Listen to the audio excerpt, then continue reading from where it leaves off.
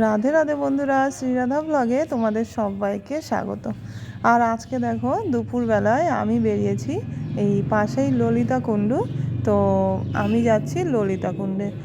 ওখানে অনেক মাছ আর কচ্ছপ আছে, ওদেরকে একটু আটার গুলি করে খাওয়াতে।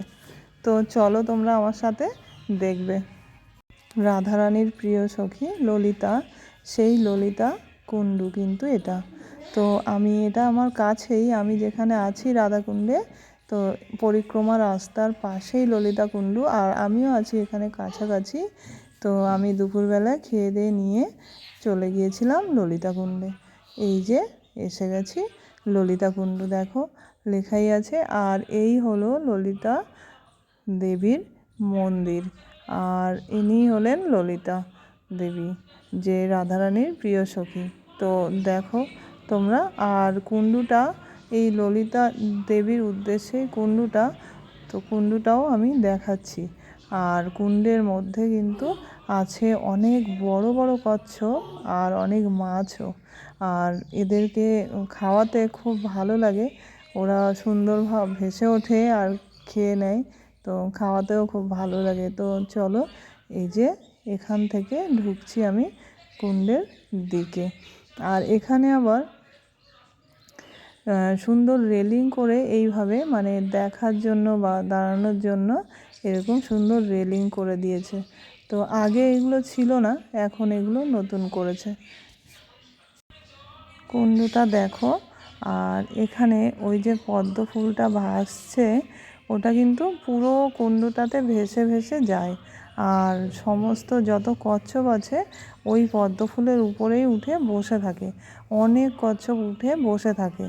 এখন একটাও নেই, দেখতে পাচ্ছি না, ওরা ভাসছে এদিক ওদিক, কিন্তু ওই একদম পদ্ম ফুলের উপরে উঠেই ওরা অনেক সময় বসে বসে রৌদ্র পোহায়।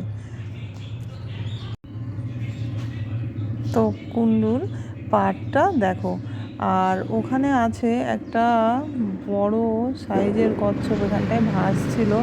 দেখো ঠিক বোঝা যাচ্ছে কি না, আমি আরও কাছ থেকে গিয়ে দেখাচ্ছি। এখানে কিন্তু ভাসছিল একটা খুব বড় মাপের কচ্ছপ।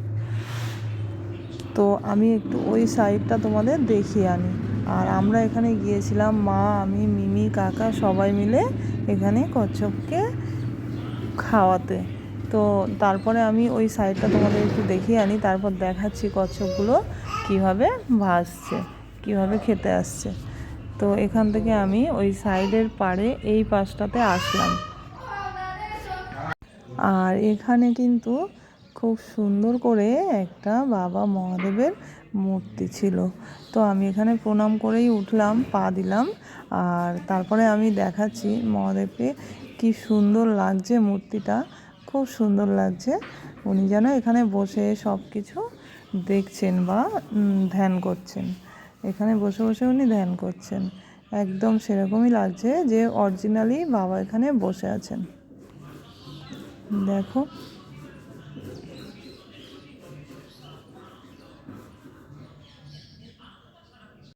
আর সত্যিই এখানে মানে এখানে যতগুলো কুণ্ডু আছে, শ্যামকুণ্ডু, রাধাকুণ্ডু, ললিতা কুণ্ডু, উদ্ধব কুণ্ডু, যতগুলো কুণ্ডু আছে, তো সবাই কিন্তু, সমস্ত বৈষ্ণবরাই কিন্তু একটা নিরিবিলি সময়ে, মানে একটু সন্ধে বা রাতের দিকে গিয়ে কুণ্ডুর পাড়ে বসে, যে যখন সময় পায় গিয়ে কুণ্ডুর পাড়ে বসেই কিন্তু জপ করেন।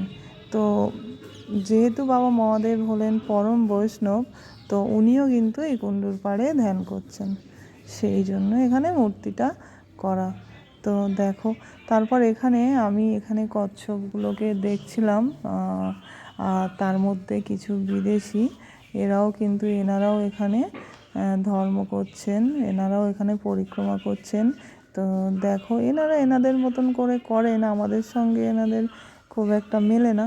তবুও দেখো, এনারা সেই ডাকছেন তো একজনকেই। তো দেখো, এনারাও কত সুন্দর এসে কত ভক্তি করে প্রণাম করে কুণ্ডের জল মাথায় দিয়ে, তারপরে গাছগুলো এনেছিলেন সেখানেও দিয়ে এনারা চলে গেলেন। বৃন্দাবনে তো রাধারানী ছাড়া আর কিছুই নেই। তো সেই কারণে সবাই কিন্তু চান যে রাধারানীকে খুশি রাখতে, রাধারানীকে যাতে রাধারানীর কৃপা পান, কৃপা পাওয়ার জন্যই সবাই রাধে রাধে করতে থাকেন। আর রাধারানীর কৃপা পেলেই তবেই কিন্তু ভগবানকে পাওয়া যায়, কারণ রাধারানীর কৃপা ছাড়া ভগবানের কাছে যাওয়া বা ভগবানকে পাওয়া, ভগবানের কৃপা পাওয়া অসম্ভব। আগে কিন্তু রাধারানীর কৃপা হতে হবে, তারপরই কিন্তু আপনি ভগবানের কৃপা পাবেন। আর ঠিক সেই কারণেই রাধারানীর প্রিয় সখী ললিতা দেবীকে সবাই খুশি করতে চান, বা সবাই ললিতা দেবীর মন্দিরে আর ললিতা দেবীর এই যে কুণ্ডু এখানে আসেন, কারণ রাধারানীর প্রিয় সখী ছিলেন ললিতা দেবী।